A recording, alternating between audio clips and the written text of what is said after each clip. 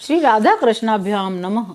भगवान श्री कृष्ण की कथाओं का आश्रय लेने वाले भक्तजनों, मैं संध्या रानी महात्मा वेद व्यास जी एवं गुरुजनों की आज्ञा से श्रीमद् भागवत महापुराण के दशम स्कंद के 39वें अध्याय का प्रारंभ करती हूँ। 39वां अध्याय श्री कृष्ण बलराम का मथुरा गमन। श्री सुखदेव जी कहते हैं, भगवान श्री कृष्ण और बलराम जी ने अक्रूर जी का भली भांति सम्मान किया।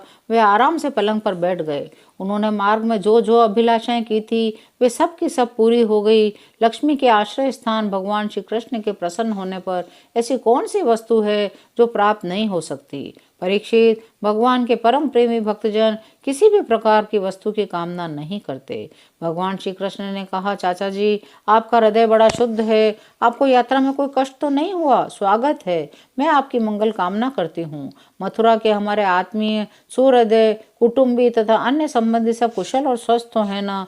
हमारा नाम मात्र का मामा कंस तो हमारे कुल के लिए एक भयंकर व्याधि है। जब तक उसकी बढ़ती हो रही है तब तक हम अपने वंश वालों और उनके बाल बच्चों का कुशल मंगल क्या पूछें। चाचा जी, हमारे लिए बड़े खेद की बात है कि मेरे ही कारण मेरे निरपराध और सदाचारी माता पिता को अनेकों प्रकार की यातनाएं झेलनी पड़ी, तरह तरह के कष्ट उठाने पड़े। और तो क्या करूं, मेरे ही कारण उन्होंने हथकड़ी बेड़ी से जकड़कर जेल में डाल दिया गया। मेरे ही कारण उनके कई बच्चे मार डाले गए।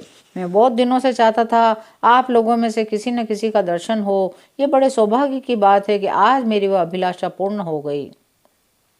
अब आप कृपा करके यह बताइए, आपका शुभागमन किस निमित्त से हुआ है। श्री सुखदेव जी कहते हैं, परीक्षित, जब भगवान श्री कृष्ण ने अक्रूर जी से इस प्रकार प्रश्न किया तब उन्होंने बताया, कंस ने तो सभी यदुवंशियों से घोर वैर ठान रखा है। वह वसुदेव जी को मार डालने का उद्यम कर चुका है। अक्रूर जी ने कंस का संदेश और जिस उद्देश्य से उसने स्वयं अक्रूर जी को दूत बनाकर भेजा था, नारद जी ने जिस प्रकार वसुदेव जी के घर श्री कृष्ण के जन्म लेने का वृतांत उसको बता दिया था, सो सब कह सुनाया। भगवान श्री कृष्ण और बलराम जी हंसने लगे। इसके बाद उन्होंने अपने पिता नंद बाबा को कंस की आज्ञा सुना दी।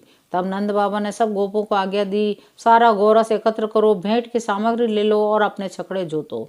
कल प्रातःकाल ही हम सब मथुरा की यात्रा करेंगे। वहां चलकर राजा कंस को गोरस देंगे। हम लोग भी उसे देखेंगे। वहां बहुत बड़ा उत्सव हो रहा है। जब गोपियों ने सुना हमारे मनमोहन श्याम सुंदर और गौर सुंदर बलराम जी को मथुरा ले जाने के लिए अक्रूर जी ब्रज में आए हैं, तब उनके हृदय में बड़ी व्यथा हुई। वे व्याकुल हो गईं। भगवान श्री कृष्ण के मथुरा जाने की बात सुनते ही बहुतों के हृदय में ऐसी जलन हुई कि गर्म सांस चलने लगी, मुख कमल कुम्हला गया। बहुतों की तो ऐसी दशा हुई, वे अचेत हो गईं। उन्हें उनके कंगन, जूड़ों तक का, उन्हें अपनी ओढ़नी तक का पता न चला। भगवान के स्वरूप का ध्यान आते ही बहुत सी गोपियों की चित्त वृत्तियां सर्वथा निवृत्त हो गई। वे समाधिस्थ हो गई। उनका हृदय, उनका जीवन सब कुछ भगवान के प्रति समर्पित था। उनकी आंखों से आंसू बह रहे थे। वे झुंड की झुंड इकट्ठी होकर आपस में इस प्रकार कहने लगी। कोई कहने लगी, धन्य हो विधाता, तुम सब कुछ विधान तो करते हो, परंतु तुम्हारे हृदय में दया का लेश भी नहीं है। पहले तो तुम सौहार्द और प्रेम से जगत के प्राणियों को एक दूसरे के साथ जोड़ देते हो, उन्हें आपस में एक कर देते हो, मिला देते हो, परंतु अभी उनकी आशा अभिलाषाएं पूरी भी नहीं हो पाती। वे तृप्त भी नहीं हो पाते कि तुम उन्हें व्यर्थ ही अलग अलग कर देते हो। विधाता, तुमने एक बार तो हमें वह परम सुंदर मुख कमल दिखाया और अब उसे ही हमारी आंखों से ओझल कर रहे हो। नंद नंदन श्याम सुंदर को भी नए नए लोगों से नेह लगाने की चाट पड़ गई है। देखो तो सही, इनका सौहार्द, इनका प्रेम एक क्षण में ही कहाँ चला गया। गोपियां आपस में बात कर रही थी, हम तो अपने घर द्वार, स्वजन संबंधी, पति पुत्र आदि को छोड़कर इनकी दासी बनी और इन्हीं के लिए आज हमारा हृदय शोकातुर हो रहा है, परंतु ये तो देखो, हमारी ओर देखते तक नहीं। देखो सखी, ये अक्रूर कितना निठुर, कितना हृदयहीन है। इधर तो हम गोपियां इतनी दुखित हो रही हैं, यह हमारे परम प्रीतम नंद दुलारे श्याम सुंदर को हमारी आंखों से ओझल करके बहुत दूर ले जाना चाहता है। दो बात कहकर हमें धीरज भी नहीं बंधाता, आश्वासन भी नहीं देता। ऐसे क्रूर पुरुष का नाम तो अक्रूर नहीं होना चाहिए था। दूसरी सखी कहने लगी, हमारे ये श्याम सुंदर भी कम निठुर नहीं है। देखो, वे तो रथ पर बैठ भी गए और जाने के लिए कितनी जल्दी मचा रहे हैं। जाओ जाओ, जो मन में आवे सो करो, अब हम क्या करें। आज विधाता सर्वथा हमारे प्रतिकूल चेष्टा कर रहा है। एक दिन की नहीं, प्रतिदिन की बात है। सायंकाल में प्रतिदिन ग्वाल बालों से गिरे हुए बलराम जी के साथ वन से गोएं चरा कर लौटते हैं। उनकी काली काली घुंघराली अलकें, गले के पुष्पहार गौओं की खुर की रस से ढके रहते हैं। वे बांसुरी बजाते हुए अपनी मंद मंद मुस्कान और तिरछी चितवन से देख देख कर हमारे हृदय को बेट डालते हैं। हाय, उनके बिना भला हम कैसे जी सकेंगे। श्री सुखदेव जी कहते हैं, परीक्षित, गोपियां वाणी से तो इस प्रकार कह रही थी, उनका एक एक मनोभाव भगवान श्री कृष्ण का स्पर्श और उनका आलिंगन कर रहा था। वे विरह की संभावना से अत्यंत व्याकुल हो गई। लाज छोड़कर हे गोविंद, हे दामोदर, हे माधव इस प्रकार रोने लगी। गोपियां इस प्रकार रो रही थी। रोते रोते सारी रात बीत गई। सूर्योदय हुआ। अक्रूर जी संध्या वंदन आदि नित्य कर्मों से निवृत्त होकर रथ पर सवार हुए और उसे हाँक ले चले। नंद बाबा आदि गोपों ने भी दूध, दही, मक्खन, घी आदि से भरे मटके, भेंट की बहुत सी सामग्रियां ले ली। वे छकड़ों पर रखकर उनके पीछे पीछे चले। इसी समय अनुराग के रंग में रंगी हुई गोपियां अपने प्राण प्यारे श्री कृष्ण के पास गई।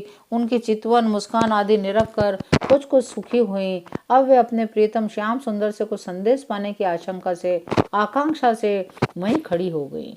यदुवंश शिरोमणि भगवान श्री कृष्ण ने देखा, मेरे मथुरा जाने से गोपियों के हृदय में बड़ी जलन हो रही है, वे संतप्त हो रही हैं। तब उन्होंने दूत के द्वारा मैं आऊंगा यह प्रेम संदेश भेजकर उन्हें धीरज बंधाया।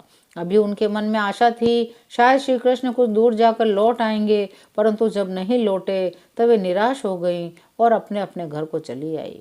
परीक्षित, इधर भगवान श्री कृष्ण भी बलराम जी और अक्रूर जी के साथ वायु के समान वेग वाले रथ पर सवार होकर पाप नाशिनी यमुना जी के किनारे जा पहुंचे। वहां उन लोगों ने हाथ मुंह धोकर यमुना जी का मरकत मणि के समान नीला और अमृत के समान मीठा जल पिया। इसके बाद बलराम जी के साथ भगवान वृक्षों के झुरमुट में खड़े रथ पर सवार हो गए। अक्रूर जी ने दोनों भाइयों को रथ पर बिठाकर उनसे आज्ञा ली और यमुना जी के कुंड में आकर विधि पूर्वक स्नान करने लगे। उस कुंड में स्नान करने के बाद वे जल में डुबकी लगाकर गायत्री का जप करने लगे। उसी समय जल के भीतर अक्रूर जी ने देखा कि श्री कृष्ण और बलराम दोनों भाई एक साथ ही बैठे हुए हैं। अब उनके मन में शंका हुई, वसुदेव जी के पुत्रों को तो मैं रथ पर बैठा आया हूँ, वे यहाँ जल में कैसे आ गए? जब यहाँ हैं तो शायद रथ पर नहीं होंगे। ऐसा सोचकर उन्होंने जल में से सिर बाहर निकाल कर देखा तो वे रथ में भी पूर्ववत बैठे हुए थे।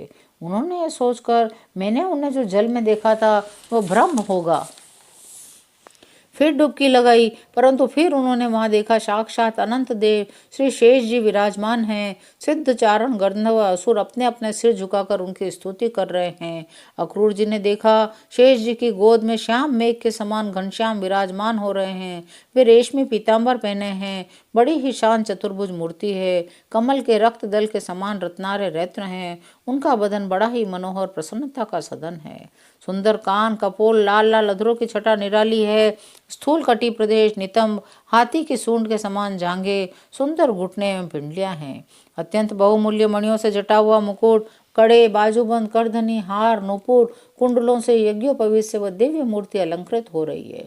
एक हाथ में पद्म शोभा पा रहा है, शेष तीनों हाथों में शंख, चक्र और गदा, पद्म स्थल पर श्रीवत्स का चिन्ह और गले में कौस्तुभ मणि और वनमाला लटक रही है। लक्ष्मी, पुष्टि, सरस्वती, कांति, कीर्ति, तुष्टि, ये षडेश्वरी रूप शक्तियाँ ईला, ऊर्जा, विद्या, अविद्या, राधिनी, संवेद, माया आदि शक्तियां मूर्तिमान होकर उनकी सेवा कर रही हैं। भगवान की ये झांकी निरख कर अक्रूर जी का हृदय परमानंद से लबालब भर गया। उन्हें परम भक्ति प्राप्त हो गई। सारा शरीर हर्षावेश से पुलकित हो गया। प्रेम भाव का उद्वेग होने से उनके नेत्र आंसुओं से भर गए। अब अक्रूर जी ने अपना साहस बटोरकर भगवान के चरणों में सिर रखकर प्रणाम किया। वे उसके बाद हाथ जोड़कर बड़ी सावधानी से धीरे धीरे गदगद स्वर से भगवान की स्तुति करने लगे। 39वां अध्याय यहीं विराम लेता है। शेष अगले अंकों में। जय श्री कृष्ण।